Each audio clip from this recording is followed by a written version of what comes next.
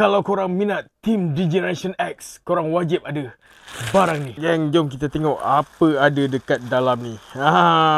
Sebab kalau korang betul-betul Team D-Generation X, kalau korang minat, korang kena ada barang ni, okay? Jom kita buka barang apa dalam ni, okay? Kejap. Ya, okay.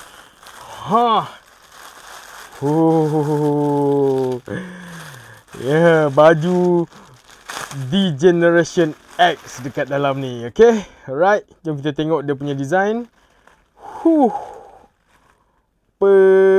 Mengancam. Baju hitam kena dengan warna hijaunya. D-Generation X, okay? Ni. Cun. Okay, aku nak try pakai . Kat belakang ada logo dia. DX.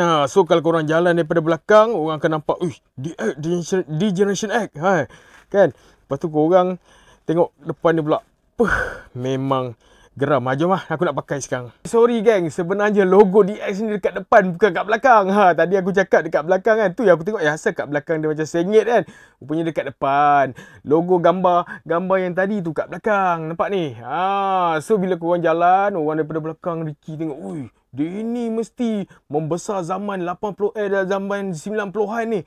Kan? Sebab dia pakai baju D-Generation X.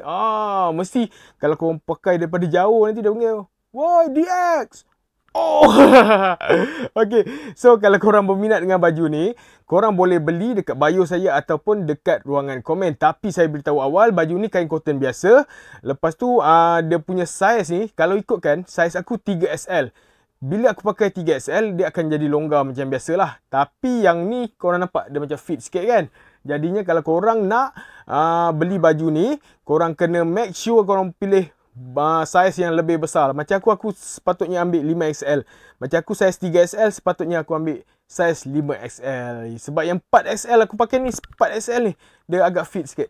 Agak fit sikit. Okay, so support saya beli baju ni dekat beg kuning saya, okay? Ataupun dekat ruangan komen. Jangan lupa like, follow and share. Saya Brock Toy. Bye bye.